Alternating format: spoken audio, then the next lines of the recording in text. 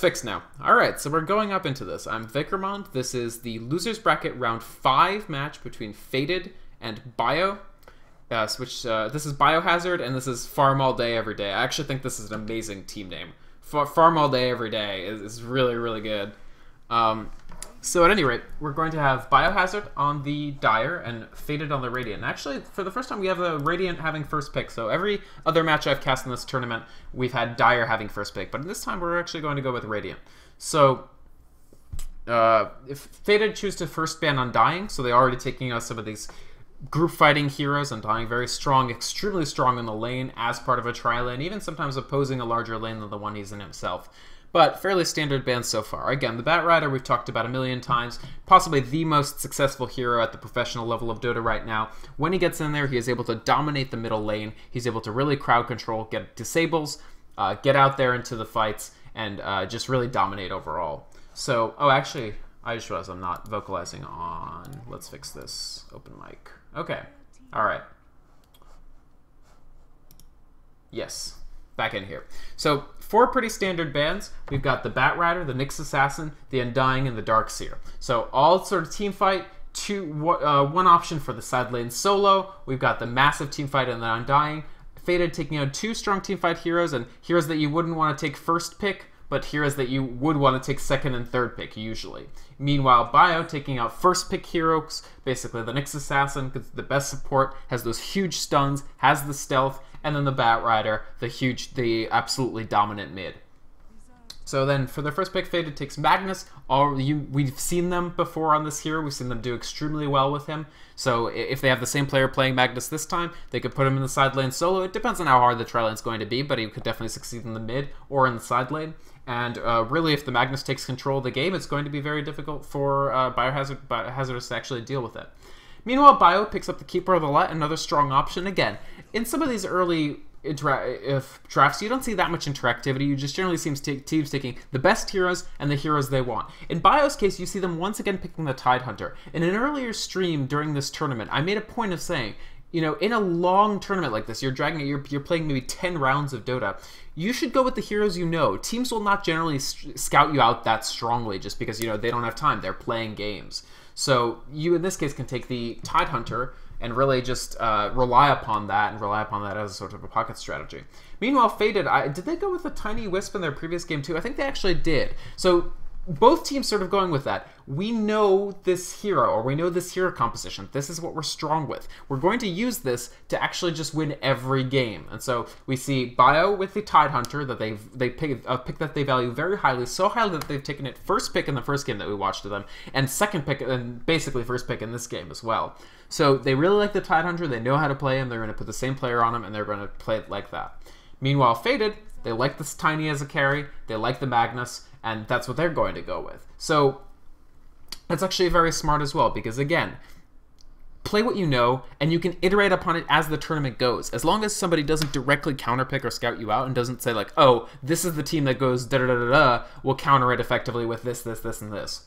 As long as people don't do that, and they're not going to have time to in a tournament like this, you can just go the composition that you know, draft it, and just try to, between games, you can be like, well, this about it worked, this about it didn't work. We'll stick with the same heroes, but we'll just tweak this one thing, and you can sort of get towards the platonic ideal of how you're going to play. And a tournament that's a best of one actually compounds this effect. Like, you don't really, in a best of one tournament, there's 2 approaches you can take for each individual game. You can either play it very, very conservatively, and you can sort of just do this and take the same composition every time, or you can sort of scout out each of your opponents and have a gimmick composition designed to beat them in every single case.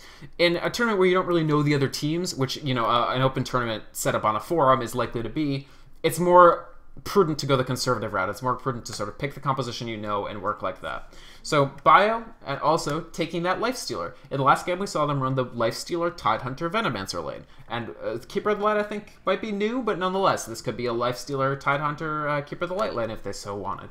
Meanwhile, Fated picking up that Wisp Tiny, a very common combination. Again, you see them picking up that heavy strength hero composition. So lots of survivability for a random composition. Even the support has a little bit of survivability via her primary attribute being strength. Lots of positioning ability.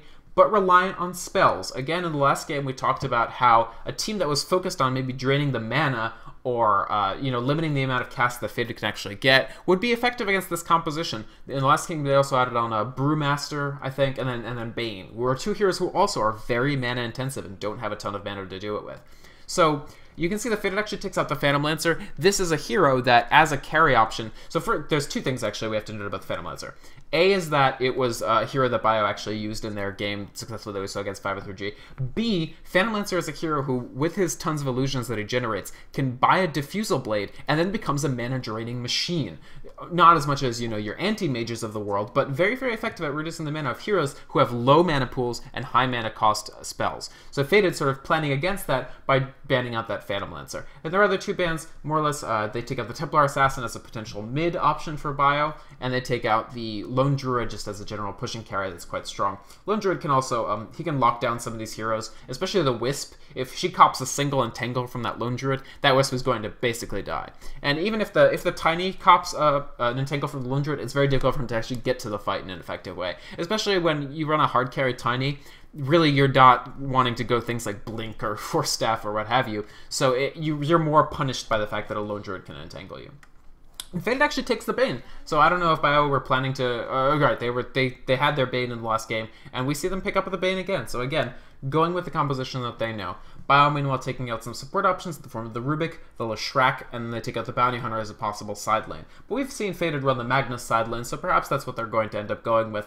Did they actually run the Bane mid?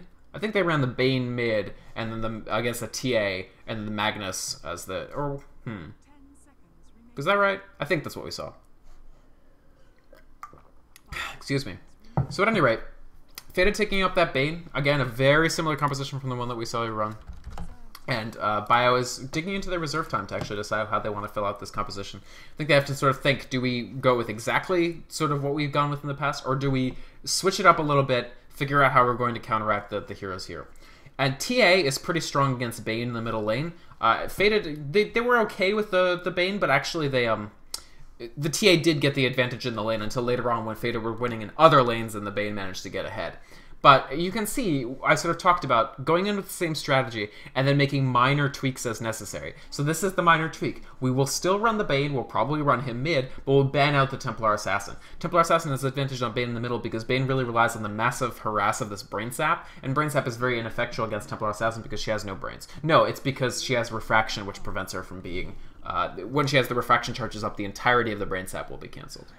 And so they take Venomancer, who was their adjunct support in their game against 503G, and they take Viper. So it's going to be an interesting mid matchup because Faded actually decides not to go with the Bane mid. They actually switch up to the Queen of Pain. So we're going to have Queen of Pain Viper in the middle, and a lot of damage over time coming out from Biohazard now because we have the Venomancer and the Viper. And additionally, these extreme slows that can come out from this Viper and this Venomancer with the huge Venomous Gale with Viper's abilities mean that it's going to be more difficult for people to... I mean, honestly, Bio has picked up even more of a slow team than we watched them deploy early in terms of... when I say a slow team, I don't mean a team that's slow to develop. I mean a team that has lots of slowing effects on their spells. So Viper has two slows. He's got the Viper Strike and he's got the Poison Attack. He actually technically has the Corrosive Skin as well. So 3 slows on Viper.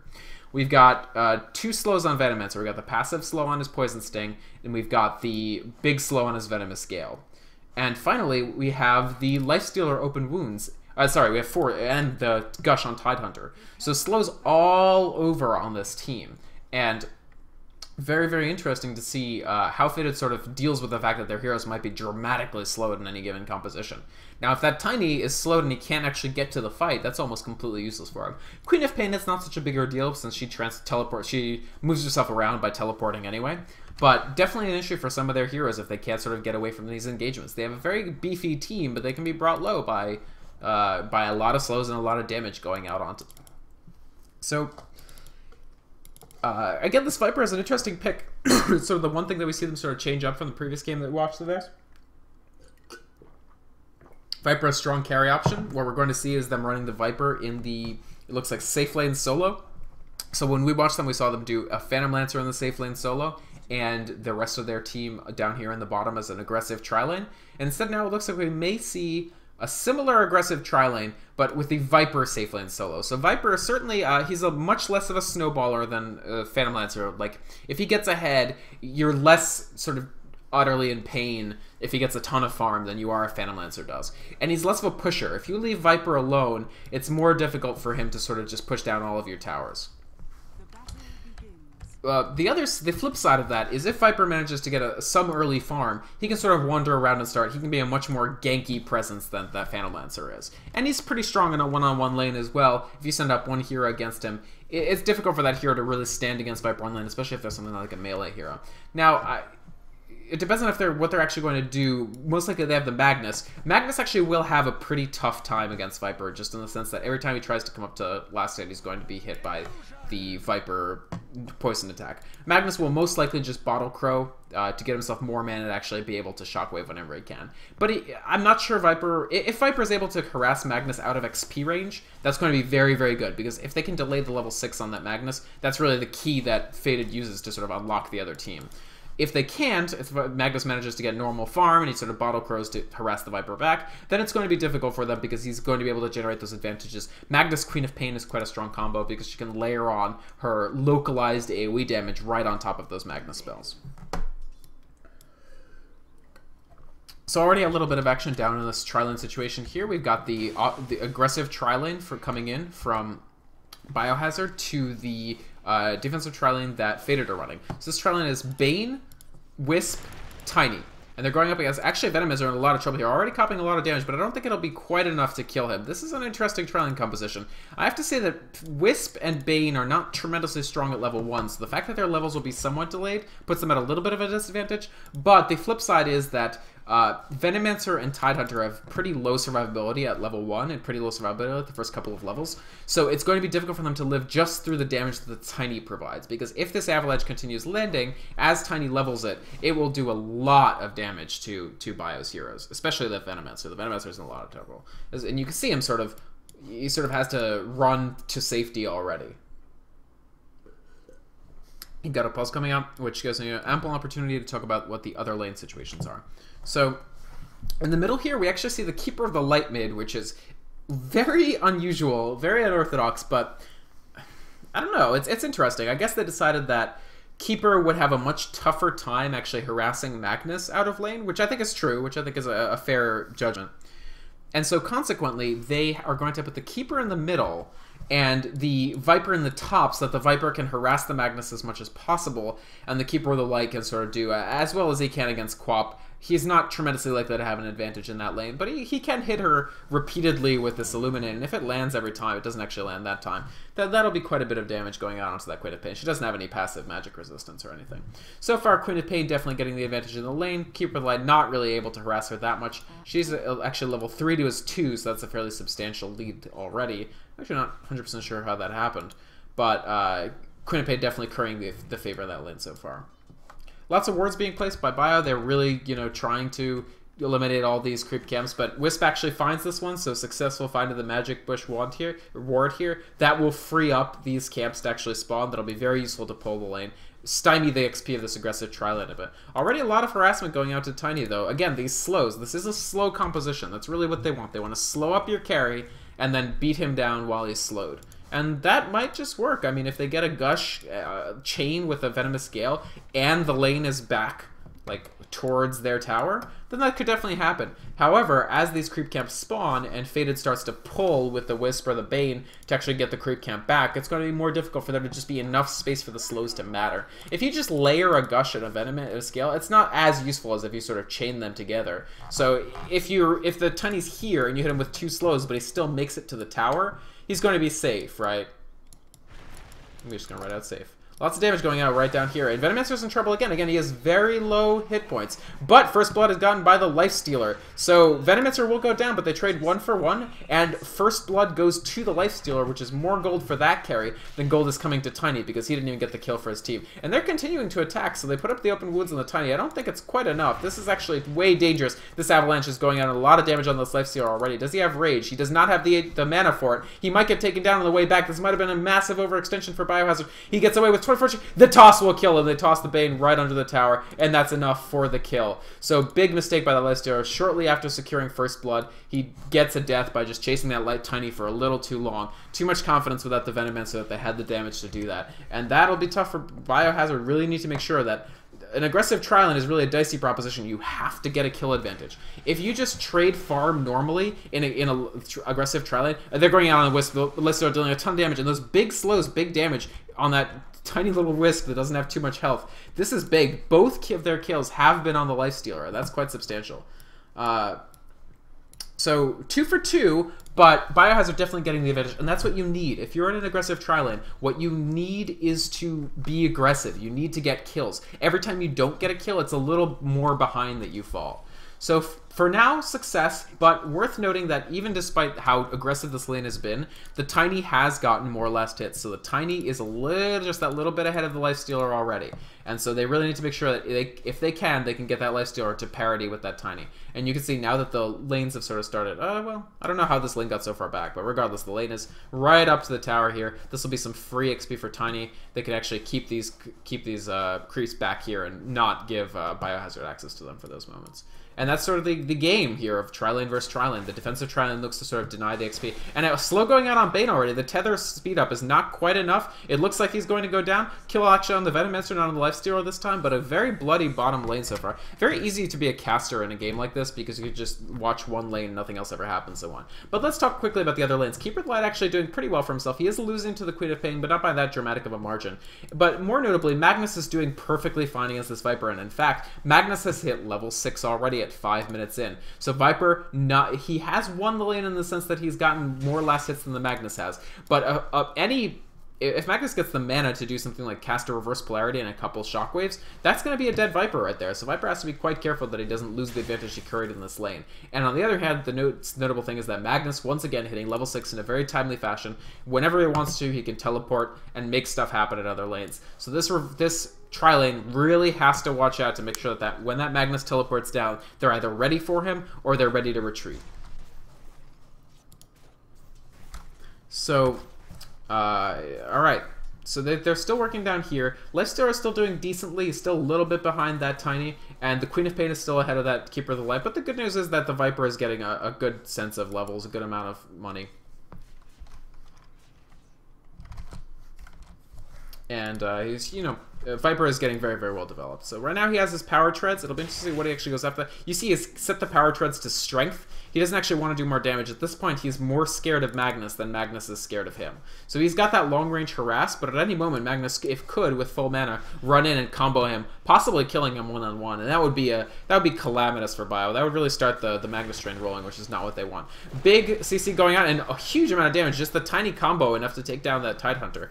This is the problem with when you have this Bane, this very long duration nightmare, you really have a captive audience. You can land your entire magic damage combo. Like you can land half the Wisp Orbs, the entirety of the tiny avalanche toss, and the Bane brain sap right on top of that target. And there's really nothing the other team can do about that except maybe transfer the stun from the hero to another. Oh, actually a huge fight going on in mid, just enough to actually kill off the Keeper of the Light. So Queen of Pain, level 8, she has their level 4 Scream of Pain, she has the slow and the ultimate, and she chooses that moment to take control of this lane. So already ahead, now even more, now picking up a kill. So Faded sort of tipping the scales a little bit, succeeding in defending their defensive tri-lane, more or less. Tiny getting more farm that Lifestealer, not quite enough kills going out. Lifestealer forced to pop his level 3 Rage, but this will run out, and after that, he's easy pickings for the crowd control. Nightmare actually goes out, but Tidehunter immediately transfers it. Actually, probably smart. And actually, it's removed, but huge damage coming out from that Tiny. Will it be enough for them to actually kill the Bane? They do take the Bane down, but the Lifestealer dies to the Wisp, so that's a trade. And additionally, this Tidehunter is in quite a bit of trouble as well.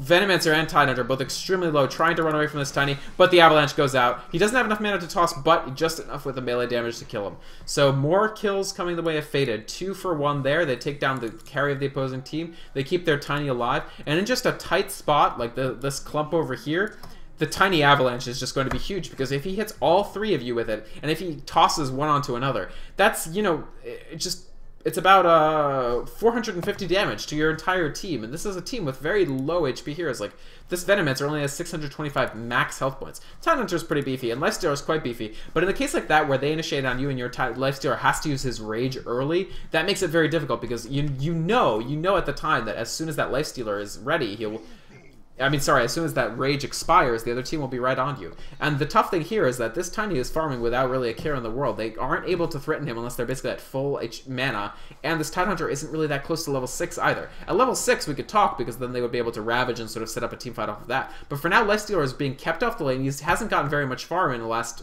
ever. Keeper of the Light is doing perfectly okay mid. It looks like he's actually going to... this might be a complete sheep rush. So Sheep, quite strong against a developing Tiny, but I don't know if he's actually going to... if he just took this for additional mana regeneration. Actually, sorry, I should have just watched the same lane. Huge damage going out again with that Tiny Avalanche. But now the Lifestealer trying to turn it around. Big Gush going out. That might be enough to actually kill him. The Lifestealer ultimate to seal the deal. And Keeper of the Light running in with the mana leak to get another stun up on Bane. But they don't have quite enough for him. 100 life, he'll probably escape. No problem. They do give Lifestealer just a little bit of more mana just so he can rage, but he still had his cooldown on his open wounds. If he had been able to open wounds, that would have been a different story. But Queen of Pain comes down here to take care of this Keeper of the Light, so he comes down, he does manage to secure 1 kill, but they really wanted to get the Wisp and the Bane, and they weren't able to. And that puts Faded up 3 kills, and this Magnus is really looking for this reverse polarity. He is really threatening it. Still no counteraction to the reverse polarity, because this Tidehunter is still level 5. He needs to hit level 6, but unfortunately, because they ran an aggressive trial, his XP will be just diminished. He won't get XP as fast as he wants to be able to get that Ravage nearly as fast as the other guy does. So Magnus and Queen of Pain just still chasing. They can threaten so much because Magnus has this reverse polarity whenever he wants. Whenever he wants, he can just turn around and charge in reverse polarity if that's what he desires. He doesn't actually have Skeweros. That's the main thing. He's trying to lure them. He's going to get the reverse polarity and a huge Queen of Pain ultimate going out, and that was a bait, and they fell right into it. Double kill for the Queen of Pain, kill for the Magnus, and they do manage to pick off the Magnus, but that is it. They baited them right into that, and Biohazard fell for that trap. And unfortunately, that was really, really tough. The Magnus just knew that, if they just chase me a little more, I'll be able to do it. And a lot of gold up on this Queen of Pain already. 2,400. She can, if she wants to pick up a sheep, she definitely can. Well, she can't pick the full thing up, but she could be over, a little under halfway to a sheep stick. About 40% of the way to a sheep stick. So huge fight for Faded there, definitely getting more and more advantage. And again, what we see with this Lifestealer is if he needs to get the early advantage in terms of the kills if you're going to do something like a trialing with him, because his levels aren't going to be great. You can see that this Queen of Pain is going to rule this game. She has level 11, whereas everyone else is on level 9. The Lifestealer is only 1 level behind the Tiny, so that's not that bad of a situation. But if you look at the gold per minute, Tiny's at 387 and Lifestealer is only at 290. Really, Bio have nothing that really stands up to the gold per minute that Queen of Pain and Tiny are putting out. And this Viper copped to death in that last engagement, so he isn't able to get the things as fast as he wants. It looks like he's going to go Shadow Blades, the very initiating type of Viper, which is an interesting choice. I feel like they probably...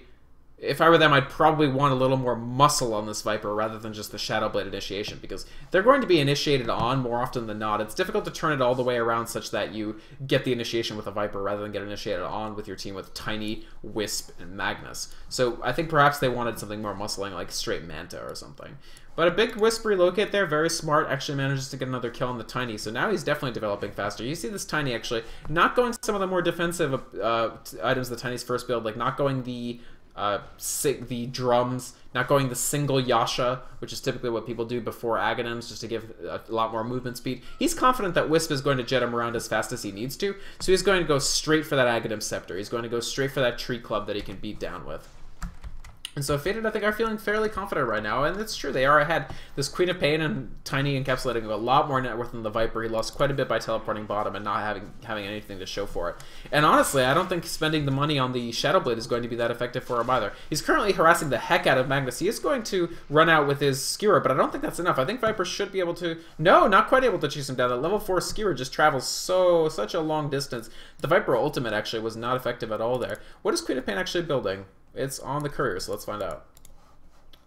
she will be going sheepstick, it looks like. So straight for that sheep. That'll be very effective as soon as the Lifestealer's Rage comes up, or even before it comes up. Just blink onto him, sheep him, and then layer your other stuns and your other crowd control on top of that. They have a good team to fight against Lifestealer here, and a big Bane ultimate right onto the tower. He doesn't take enough damage to really worry about it, and they managed to take out the Viper again. So every time Viper leaves his lane and goes somewhere else, he is getting completely destroyed. And so their hero, who was sort of the bright spot of their team, who was getting more farm than anybody else, is actually getting really pounded every time he goes to a lane. He's losing a lot of this gold because Viper has no kills, because his gold entirely relies on his basically what he farmed up. He's losing a lot of it every time he actually dies in these engagements, and he's not even leading the board in terms of the number of last hits he has now either. Tiny and Wisp, meanwhile, take another trip to take down the Tidehunter in the middle. Tidehunter now does have his ultimate, and he does use it, but it wasn't, I mean, it was a 1-on-2. He didn't have quite enough to actually kill off the Tiny or the Wisp, and nobody was nearby to actually help it out. So an issue for Biohazard at this point is this Lifestealer has gotten 9 last hits in the last 6 minutes. So 3 last hits a minute is not really what you want from one of your primary farmers. Now, Lifestealer doesn't need that much farm to be effective, and he does have this armlet, and he probably will have his power treads sooner or later. But for Biohazard, this is a difficult situation. You're starting to lose control of the game. You're down 15-6. You do have this Keeper of the Light dealing quite good damage, but Viper's he's gonna have trouble chasing down Queen of Pain, for instance. She can just blink whenever, and she'll be okay. And as soon as they bring the Magnus down here, this becomes a very dangerous situation for them indeed. Viper's ultimate going out. He's doing quite a bit of damage to this Bane and this Queen of Pain, so they do have to come out of here. The Venomous Gale from the Venomancer isn't actually going to hit anybody, but where is Magnus? That's my question right now. Magnus is actually back here, so they do have Magnus in this pile. He is probably saving up towards his blink. Yeah, he's definitely saving up towards his blink. He's about halfway. Once Magnus gets blink, it's just going to be so difficult for Bio to actually get the initiations that they want. This Tidehunter's in here. Does he actually have ultimate? He's not even close. So this is a dangerous situation for Bio. If they do cop that Keeper of the Light ultimate, they'll take a lot of their, not ultimate, they illuminate. It just does so much damage, I think of it as an ultimate, even though it's not. So Bio are aggressively pushing, and this is a 5-on-5 situation at this point. So there's nobody in any other lane getting XP, nobody getting gold. Everybody is down here. I think Faded, actually, there's no real reason for them to stay here and defend this unless they get this big Magnus initiation right now. He is going to skewer in. He's trying to chase them down. Will he actually get the big reverse polarity? Only on one. Only on Venomancer. And Bio are going to look to turn this around. Lifestealer completely eats the Queen of Pain ultimate without having any issues, but the Bane ultimate is going on the Viper. Viper is complete non-factor right now. He turns it around. He's shooting on the Bane. Not quite enough damage. The Lifestealer is starting to get some kills. The Queen of Pain in the back manages to pick up a double kill again. Viper, Tidehunter, Keeper of the Light all go down. Lifestealer still alive, but not really able to do anything. He doesn't even have power treads, and he doesn't have the mana for his rage. He won't get out of here alive. They'll be able to take him down. Queen of Pain is going to do the honors. This did damage over time. Actually, with the final hit from the Wisp and a disastrous fight in the end for Bio, they lose 5 heroes and they just get Bane. They get Tiny low. They get Queen of Pain low, but that could be the straw that breaks the camel's back for Bio here. That could actually be the fight that loses them the game. The initiation, they thought they were set because only one hero got hit by the Magnus ultimate, but just too much damage. This Queen of Pain is just a little too beefy right now for them to actually fight against her. She's now level 13. If we look at the levels, she's 13, 11, 10. Like, even if the Magnus ultimate misses, think about the sort of level equity that you're getting. You have heroes that are 10, 9, 8, 8, 6 against 13, 10, 11, 10, 9, 8. Sure, they don't have the Magnus ultimate, but you didn't have the Tidehunter ultimate. If they'd had the Tidehunter ultimate that game, it could have been a completely different story, because I guarantee you 3 heroes would be dead. The Bane, the Queen of Pain, the Tiny. And they could have been dead well before they actually threatened to do anything. So they don't even get the tier 1 tower there, and they lose 5 heroes to 1. Very difficult situation for Bio. I think it's an extremely touch-and-go situation for them now. Basically, they're down 7,500, and barring any dramatic mistakes from Faded, and they're down, like we said, sort of the level differential. They're down 11k, 12k experience points, and consequently, that's, you know, a level equity of a substantial amount. Queen of Pain is 4 levels above their highest level player. So they have to try to play defensively, try to sort of drag themselves back in this game, and make sure that they don't initiate without the Tidehunter ultimate.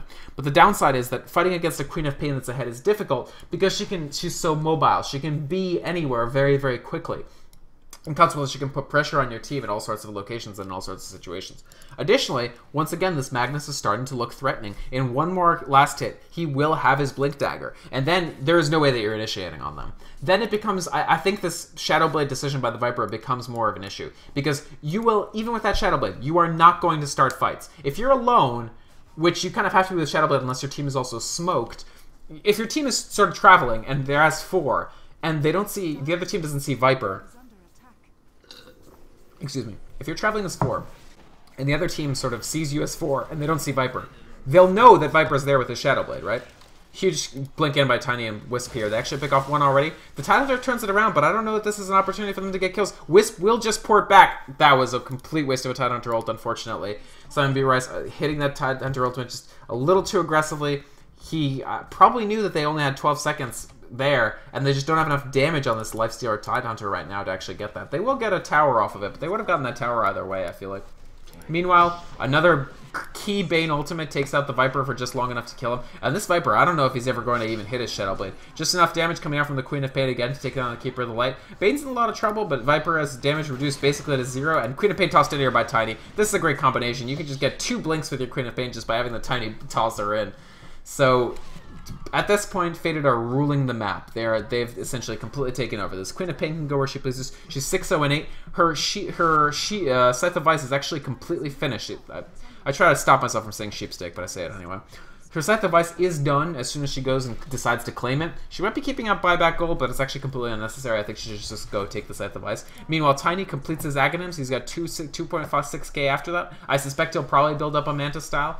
He can actually have the Yasha already and finish out the Manta Style later at his leisure. So 10 and 1 on the Tiny, 6 and 0 on the Queen of Pain, and this is exactly what you didn't want as Bio. You ran a aggressive tri-lane to really sort of pressure these heroes and make sure that their development didn't exceed your own, and instead you barely have any development at all. Magnus just skewers the Lifestealer out, but this is going to be enough to take him down. Complete disable on the Lifestealer. That's sort of the sheepstick in action right there. Is exactly what they wanted from that. Magnus gets taken down. He still didn't actually use his reverse polarity, so he can get back in the fight eventually. Can he actually buy back? He actually can buy back if they get in a really high pressure situation. Because he has his blink, he has his ultimate. It's level 2. Tidehunter's ultimate is still level 1. He's only level 8. And so actually, I think Bio might be pushing into their doom here more than they think. Actually, Bane and Wisp have very low mana pools. They don't really have much in favor of them. But if Magnus jumps in here, if Magnus buys back, he does buy back. And there's a sheep going out on the Viper. He's in a lot of trouble already. This Magnus is going to get a huge reverse polarity. The blink comes in, and that's going to be all of Bio taken out. The only hero who will not die here is the hero who's not there, the Lifestealer, who was taken out earlier. Extremely critical buyback from that Magnus. That is going to probably spell Bio's doom. I'm not sure they can actually come back from that. It's hypothetically possible, but the issue is you've got this level 16 Queen of Pain. She now has the level 3 ultimate. Check out this damage. She has a 600 damage ultimate. And she can sheep someone. So she can ensure that the ultimate hits, she can ensure that the Scream of Pain hits, and she can ensure that the Shadow Strike hits. So let's suppose, for instance, that Queen of Pain's Shadow Strike hits you, her Scream of Pain hits you, and her Sonic Wave. Or just to simplify it, just the Sonic Wave and the Scream of Pain. That's 900 damage, pre-magic reduction, of course. But who won't that kill on their team? That's 90% of Tidehunter's HP. Okay, it's 75% of Tidehunter's HP once we take damage reduction into account. But that's more than Keeper of the Light's HP before reduction, so almost all of it with one auto attack enough to kill him. And it's comfortably enough, even without auto attacks, to take down the Venomancer. So it's going to be immensely difficult for Bio to keep these fragile supports in the fight. Sure, Viper will live. He's got a little bit of passive magic resistance. He'll get more as he levels. Sure, Lifestealer might live, probably, if he manages to time his rage extremely effectively. But they're going to be preyed on by the fact that there are 2 Blink heroes on Faded. They have a relocate with the Wisp and the Tiny. Tiny actually going for, he builds out a Demon Edge. I don't know if this is going to be an MKB. I think almost certain, maybe it's probably going to be a Daedalus, so he's going to build out crit.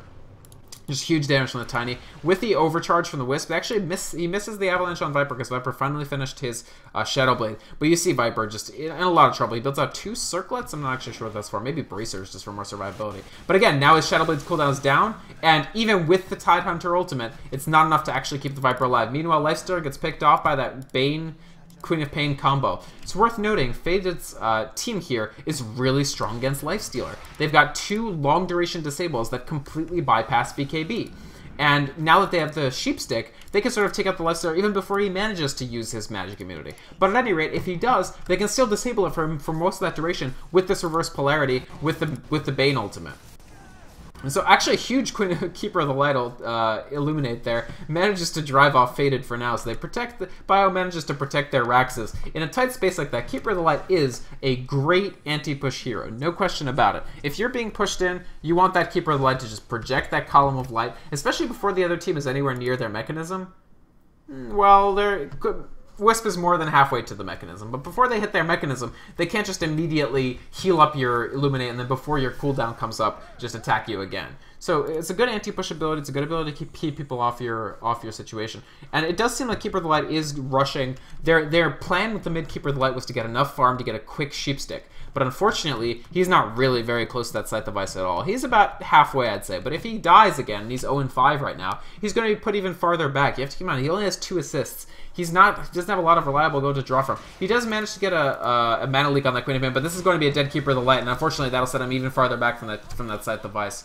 So, Viper Ultimate actually up on Magnus, but not quite enough, and I think they can just really either take this or not take this at their leisure.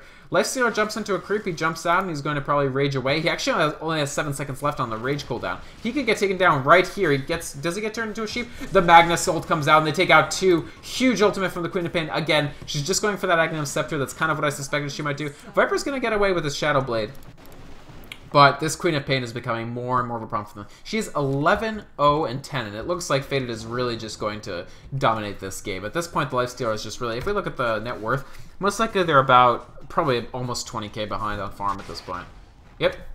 So, Queen of Pain, she's pretty close to her Aghanim Scepter. At the point that Queen of Pain hits her Aghanims, I honestly don't know what Bio can do. They don't have any BKBs. They're not really anywhere near them. She's almost done with it. She's about 500 off. And then her ultimate alone will deal 725 damage in AoE. That's almost enough to kill anybody on Bio if it lands. You can see the Viper tries to get in, and he just has to Shadow Blade out. He can't Shadow Blade in at all. Like I said, he doesn't have the luxury of initiating. Their team doesn't have the luxury of initiating. They have the luxury of maybe their Tidehunter having a response, because he's not going to get Blink. He's not going to get the levels, and he's not going to get Blink if you run an aggressive Trillion. Oh, and they're just getting popped at this point by the Tiny. He just has so much damage. A big crit from the Daedalus and an Avalanche in his combo, and that's enough to just kill someone right there. And they call out GG. So that, unfortunately, is going to be Bio out of the tournament. Faded are going to move on to the Round 6 Losers Bracket game. They will face... who will they face? I don't know, actually. They will face the winner of Gronk and LA Normal. No. They'll just face Gronk because we watched that game, I think. What am I saying? I don't actually know who they're going to face. But regardless, they're going to face... Oh, they're going to face No Pro. So if No Pro, the European team, does manage to wake up from their nap, we're going to see Faded go up against them. And another extremely convincing performance by Faded. This was honestly extremely one-sided. They really tried... Veno was apparently a misclick. I didn't know that. That's kind of unfortunate. But regardless... I think Bio's issue here was they tried to run the aggressive tri-lane again, and they were up against a very strong tri-lane that, in particular, their flimsy heroes couldn't really live against this Tiny combo as soon as he got a few levels. But more importantly, again, they couldn't deny the Tiny the farm. They couldn't deny Magnus the levels for him to get reverse polarity and start getting over the map. So again, we see Faded really relying on this Magnus, really using him extremely well. And so F-Theory just putting together 2 great Magnus performances that really open up the game. But also, word out for the Queen of Pain. Dominant mid performance, and she got tons and tons of kills all over the map. She was always in the right place, never actually died, managed to get that Scythe of Vice in extremely timely fashion, got the lockdown, got the damage. Tidehunter ultimate goes out, but this just isn't enough at this point. This Queen of Pain and Tiny combo does so much damage. You'd think that your Lifestealer could live through sort of this magic damage composition, but, you know, it's only 6 seconds of immunity, and then as soon as it expires, if the other heroes are tanky enough and can get away from you, they can take you down immediately afterwards. So we're just going to run it out to once we see the score screen, and then we'll sort of close out. This is probably, I've said this like 2 times already today, but this is probably going to be my last cast of the night. There's 2 more rounds of Losers Bracket action going on before the Losers Bracket final tomorrow and the Grand Final tomorrow. But I probably won't be casting them. There are a couple other streams going on, so feel free to check those out. And thanks for watching. It was fun. This tiny gold per minute is pretty fun.